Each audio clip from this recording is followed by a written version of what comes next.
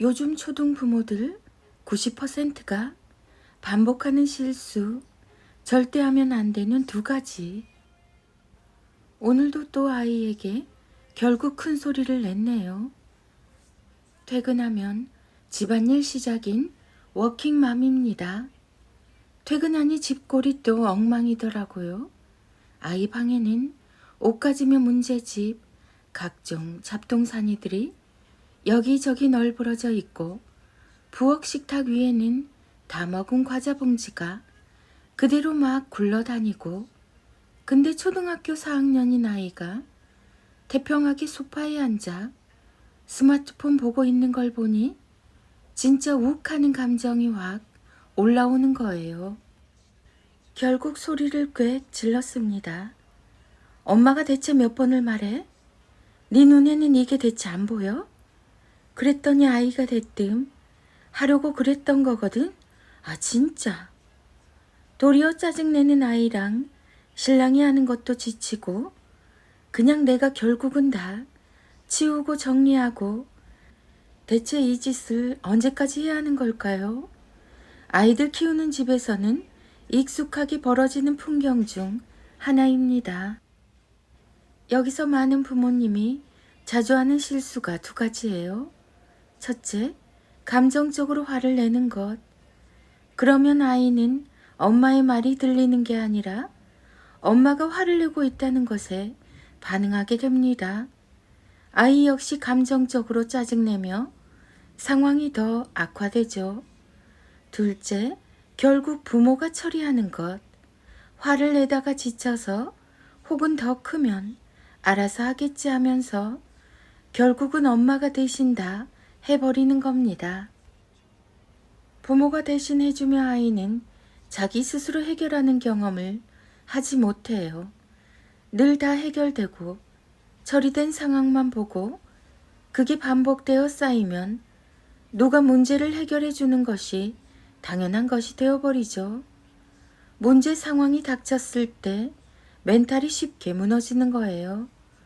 다른 사람이 하나하나 알려주고 지시해주지 않으면 스스로 해내지 못하는 사람으로 자라는 거죠. 정말 필요한 순간에 단호하게 알려주고 가르쳐주는 것이 정말 중요한 이유입니다. 이때 중요한 것은 욱하며 화내거나 감정적으로 소리치지 않고 분명하되 다정한 태도로 알려줘야 한다는 것입니다. 아이에게 잘못된 점을 알려주거나 해야 할 일을 분명하게 알려주는 것이 아이를 지적하기 위한 것도 아니고 아이에게 좌절감을 주기 위한 것이 아니라는 것을 기억해 주세요. 아이가 방어적인 태도를 보일 때는 감정적인 실랑이를 벌이는 것이 아니라 아이의 감정을 인정해주고 위로해주면서 차분하게 왜 이런 이야기를 하는지를 설명해 줘야 합니다. 부모도 이 과정에서 인내가 필요해요. 아이가 스스로 해결할 수 있도록 시간을 주세요. 설령 아이가 실수하거나 실패하더라도 이를 받아들이면서 아이가 계속해 나갈 수 있도록 격려하는 것 또한 중요합니다. 부모가 단단해져야 아이도 단단해질 수 있습니다. 스스로 해내는 아이로 성장해 가기를 바란다면 다정하고 단호하게 다음과 같은 단단한 말들을 꼭 해주세요. 1. 해야 할 일을 미루지 않으면 너 자신이 가장 기뻐할 거야. 2.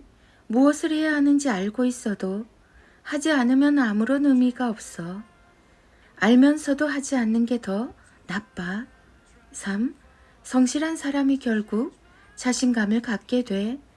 이왕 해야 할 일이라면 최선을 다하자. 4.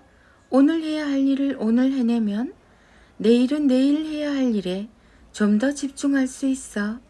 5. 오늘 스스로 하는 모습 멋졌어. 그렇게 습관처럼 하면 돼. 뭐든 습관이 되면 수월해져. 6. 네가 자주 반복한 행동이 결국 너를 만드는 거야. 7. 공부는 보상을 위해서가 아니라 너 자신을 위해 하는 거야. 네 가능성이 점점 커지는 거니까. 8. 스트레스를 많이 받는 이유는 네가 스스로 시작한 일이 아니라서야. 그래서 뭐든 스스로 시작하는 게 중요해. 9. 스스로 한계 없는 사람은 자신의 한계가 어느 정도인지조차 모르고 살게 돼. 10. 네가 스스로 주도해서 뭔가를 하는 이유는 단지 성공하기 위해서가 아니라 성취의 경험을 얻기 위해서야. 다정하되 단호하게 10대 아이들에게 꼭 들려줘야 할 단단한 말들. 김종원 작가님의 철학 에세이 너에게 들려주는 단단한 말.